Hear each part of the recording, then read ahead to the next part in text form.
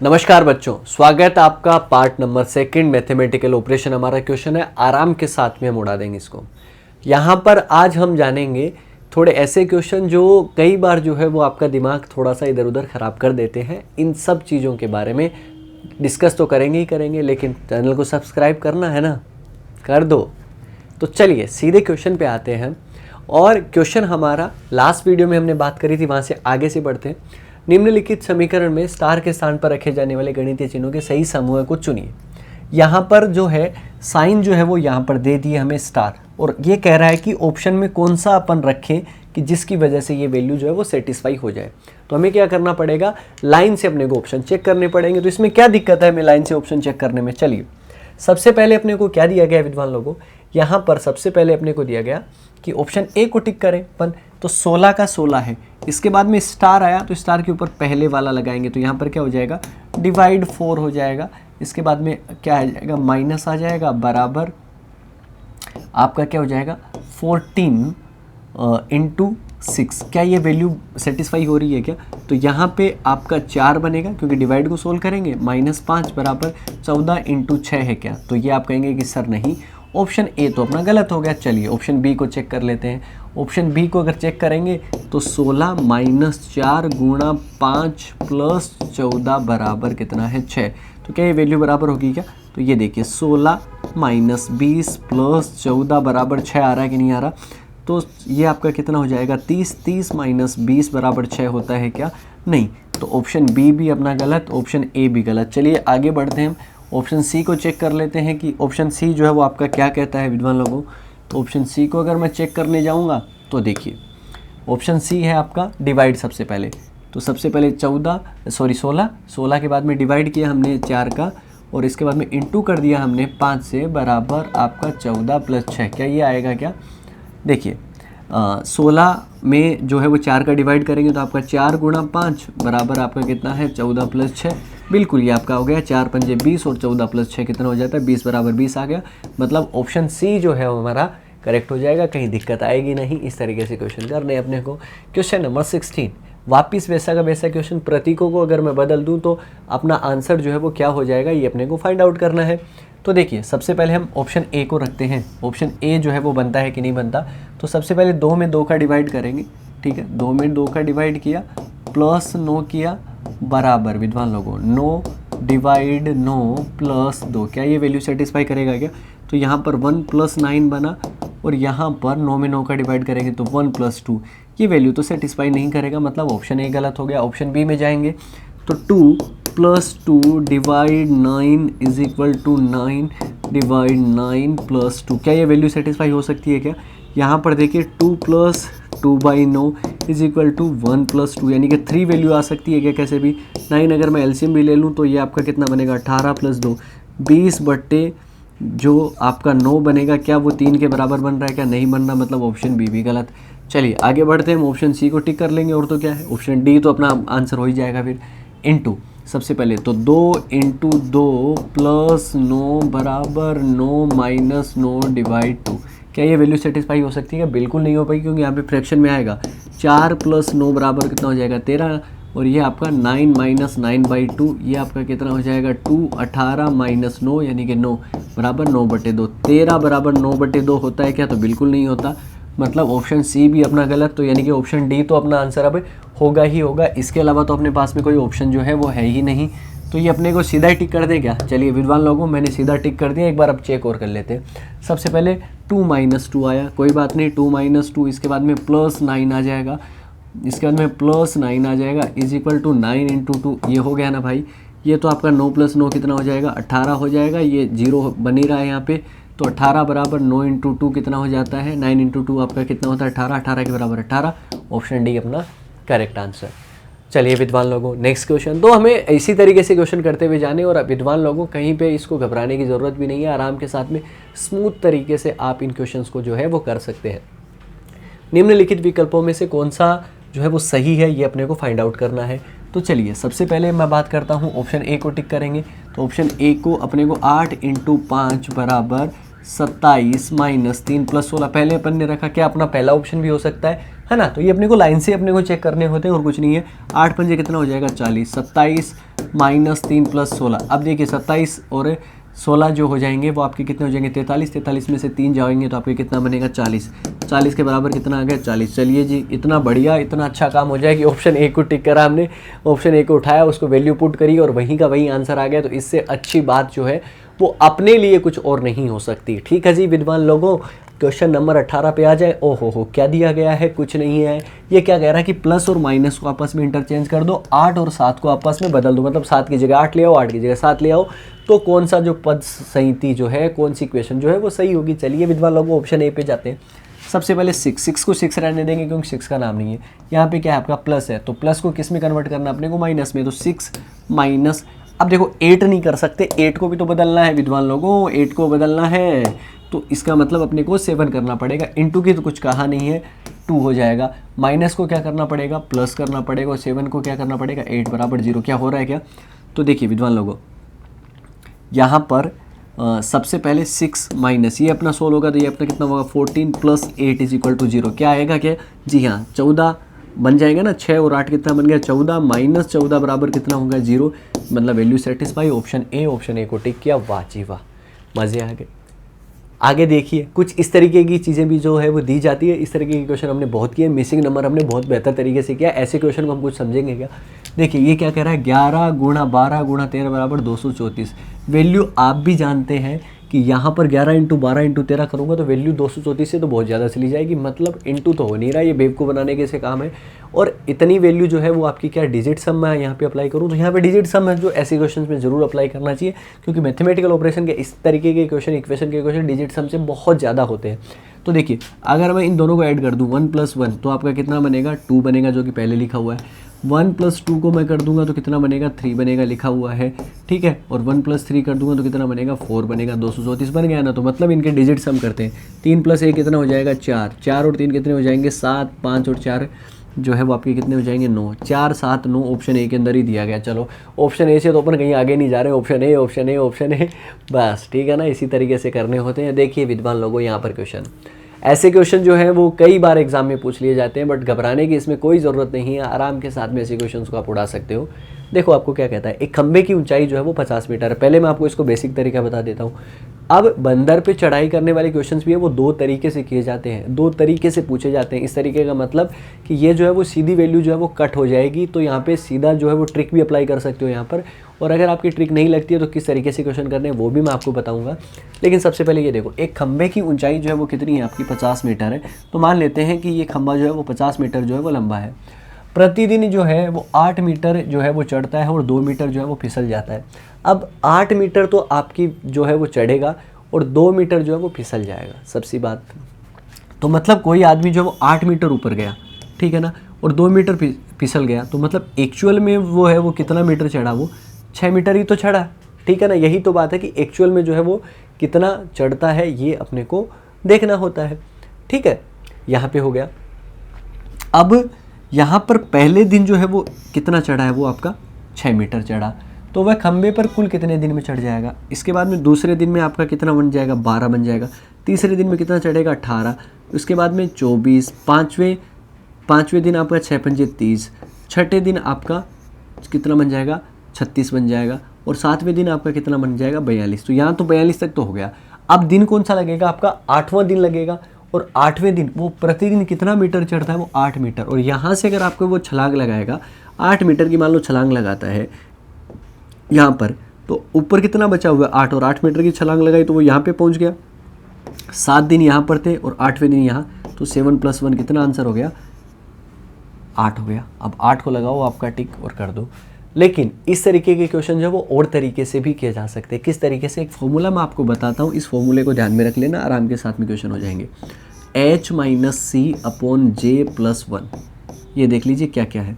h का मतलब यहाँ पर विद्वान लोगों जो है वो कुल जो है वो हाइट है। कुल हाइट मतलब यहाँ पर कुल हाइट का मतलब क्या है कि कितने मीटर खंबे की ऊंचाई है, तो वो आपकी कितनी है 50 है, ठीक है जी 50 हो गया। माइनस यहाँ पर c का मतलब क्या है, c का मतलब कितना चढ़ता है, कितना चढ़ता है ये अपने को बताना है, तो 50 - 8 चढ़ता है। और j का मतलब है वास्तविक चढ़ाई, वास्तविक चढ़ाई का मतलब क्या है विद्वान लोगों, क्योंकि वो एक बार चढ़ के वापिस जो है वो नीचे भी तो उतर जाता है। 8 मीटर चला और 2 मीटर फिसल गया, तो एक्चुअल 8 - 2 यानी कि कितना एक्चुअल 6 प्लस कितना करना है 1।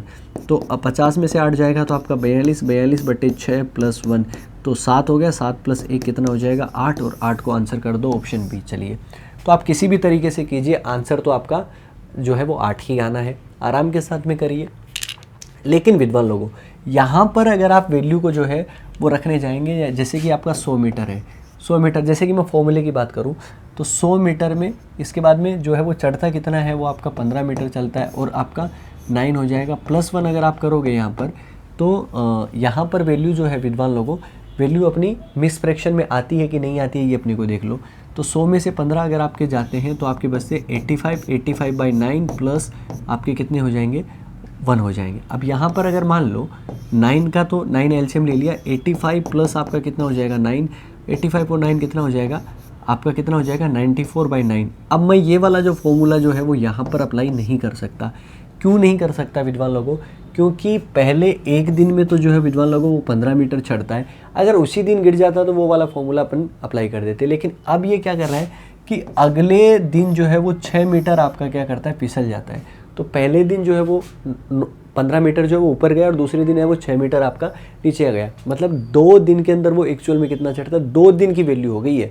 तो अब देखो पहले दिन जो है, पहले दिन की मैं बात करता हूँ, पहले दिन वो आपका कितना ऊपर गया 15 मीटर ऊपर गया, ठीक है जी। और दूसरे दिन जो है वो नीचे कितना आ गया, तो वो आ गया आपको बता रखा है 6 मीटर। तो मतलब 2 दिन की अगर मैं वैल्यू बात करूं, 2 दिन में वो 15 ऊपर गया 6 नीचे आया, तो मतलब 9 मीटर जो है वो चढ़ा, ठीक है जी, 9 मीटर चढ़ गया। और ये आपका 2 दिन की बात है। अब अपने का जो खंबे की जो हाइट है ना विद्वान लोगों, अपने खंबे की जो हाइट है वो आपकी कितनी है 100 मीटर है। अब अपन इसको कैसा करें, क्योंकि विद्वान लोगों ये सोचने वाली बात है, क्योंकि अगर मैं फॉर्मूला इसमें लगाता हूँ तो वो एक दिन के लिए तो वैल्यू अपनी आ जाती है, बट यहाँ पर वैल्यू ना तो कट आउट होगी और वैल्यू ना ही अपने को पॉइंट पे लेके आनी है, फ्रैक्शन में वैल्यू आएगी। अब फ्रैक्शन में कैसे लेके आओगे ये समझने वाली बात है यहाँ पर। तो अगर मैं दिन बनाऊँ, इसके पास में हाइट जाऊँ, तो मैं इसको कितने से मल्टीप्लाई करूँगा 10 से मल्टीप्लाई करूँगा, तो यहाँ पे कितना हो जाएगा 90 मीटर हो जाएगा, ठीक है। और 90 इधर भी 10 से मल्टीप्लाई करना पड़ेगा, तो कितना बन जाएगा 20 दिन।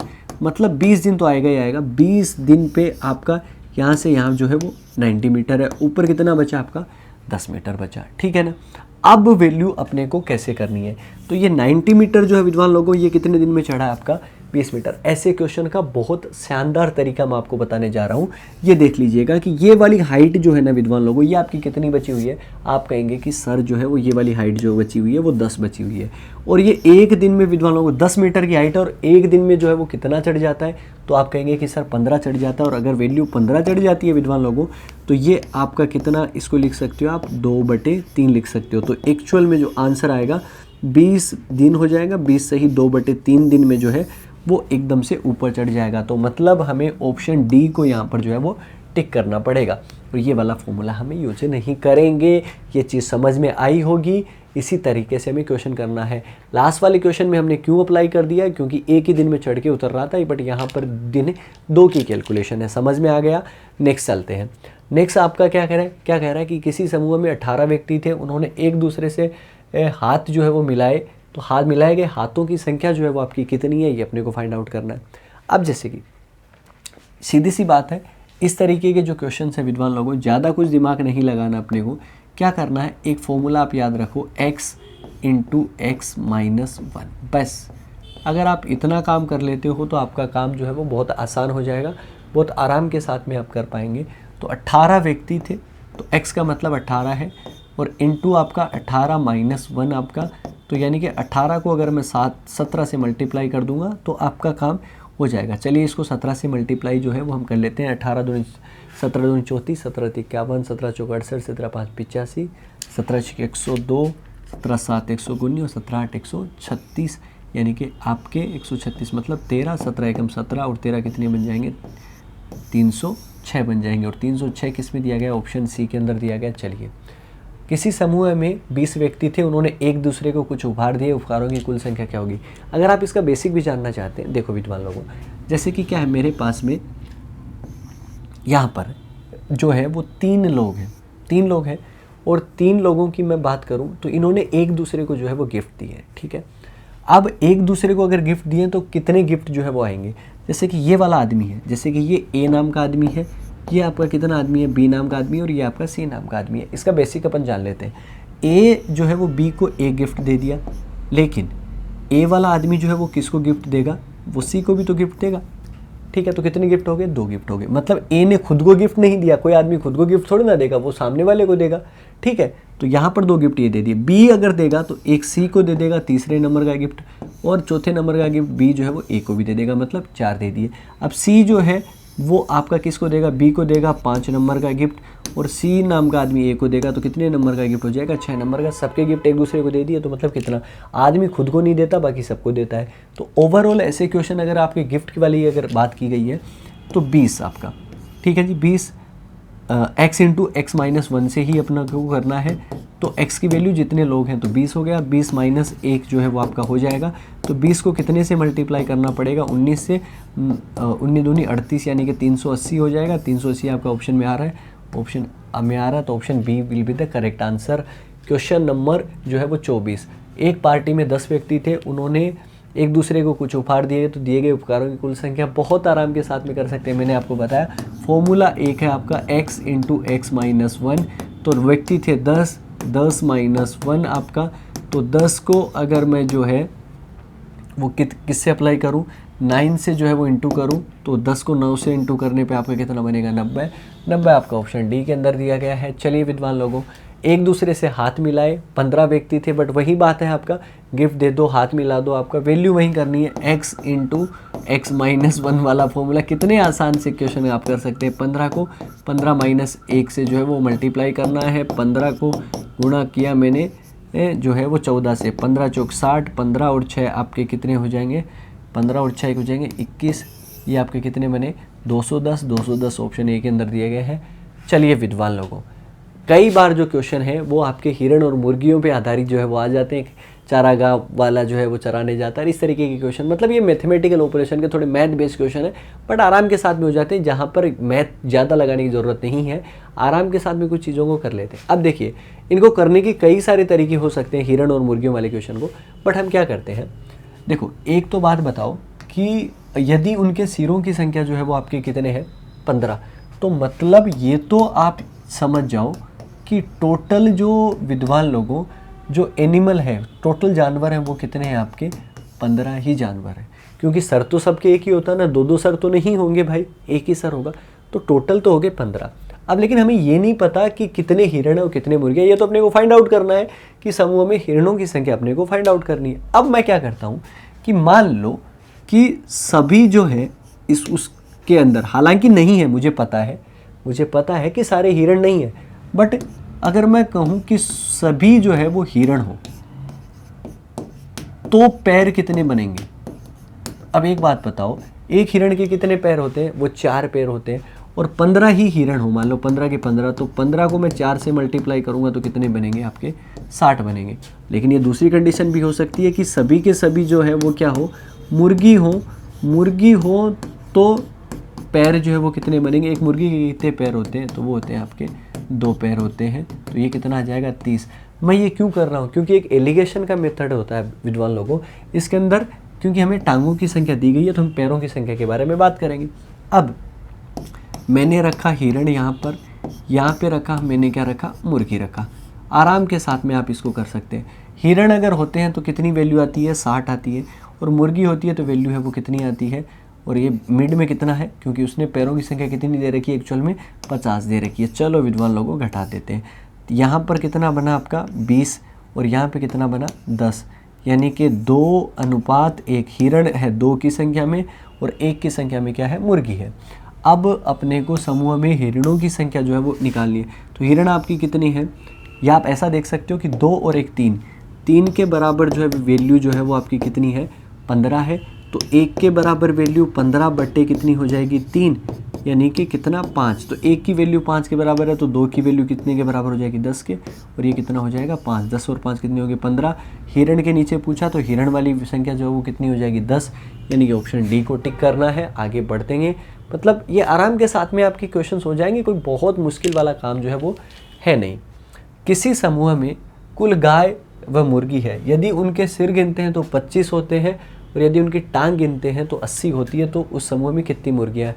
पिछली बार हमने किसका निकाला था, हिरण का, इस बार हम मुर्गियों का निकाल रहे हैं। कोई बात नहीं है, मतलब हिरण का निकाला था, यहाँ पे मुर्गी का, लेकिन गाय है और गाय के भी पैर कितने होते हैं, यहाँ पे 4 ही होते हैं।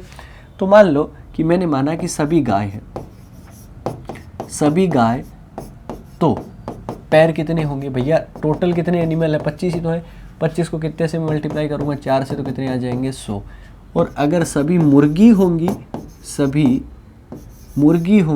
सभी मुर्गी तो आपके कितने पैर बनेंगे विद्वान लोगों, वो आपके बनेंगे 25, ठीक है जी। इनटू आपको कितने से करना पड़ेगा, 2 से, क्योंकि मुर्गियों के पैर कितने होते हैं, 2 ही होते हैं। अब देखो यहाँ पे गाय लिखा मैंने, यहाँ पे क्या लिखा, मुर्गी लिखा, ठीक है। गाय और मुर्गी लिख लिया। गाय जो है वो आपकी कितनी है, यहाँ पर जो है वो 100 हो गई और मुर्गी कितनी होगी, 50, बट उनके पैरों की संख्या कितनी है, 80 बता रहे हैं। अब चलिए माइनस करिए इसमें से यहाँ पर, तो यहाँ पे वैल्यू 30 और यहाँ पे कितनी आ जाएगी, 20, यानी कि 3:2। 3:2 बराबर कितना हो जाएगा, यानी कि 3 + 2 बराबर कितना है, 5 के बराबर वैल्यू जो है वो किसके बराबर है, जो टोटल वैल्यू जो है वो कितनी है, 25 है, तो 25 के बराबर। तो एक की वैल्यू आपकी कितने के बराबर है, 5 के बराबर। हमें क्या पूछा है, मुर्गी, और मुर्गी की वैल्यू कितनी है, 2, तो 5 × 2 आपका कितना हो जाएगा, 10। 10 किस में दिया गया, ऑप्शन बी के अंदर, और ऑप्शन बी ही जो है वो हम टिक कर देंगे। तो विद्वान लोगों, अगर आप इस तरीके से क्वेश्चन करेंगे, इस तरीके से आप सारी चीज़ें देखेंगे, तो बहुत आसानी के साथ में आप कोई भी क्वेश्चन है वो कर लेंगे। तो ये हमारा था मैथमेटिकल ऑपरेशन, जिसमें हमने तमाम तरीके के क्वेश्चन किए। विद्वान लोगों, बस अब आप पे है कि बहुत बढ़िया तरीके से आप प्रैक्टिस करो और एग्ज़ाम में फोड़ के आ जाओ क्वेश्चन। तो मिलेंगे नए टॉपिक के साथ, तब तक अपना ख्याल रखें, सुरक्षित रहें। जय हिंद।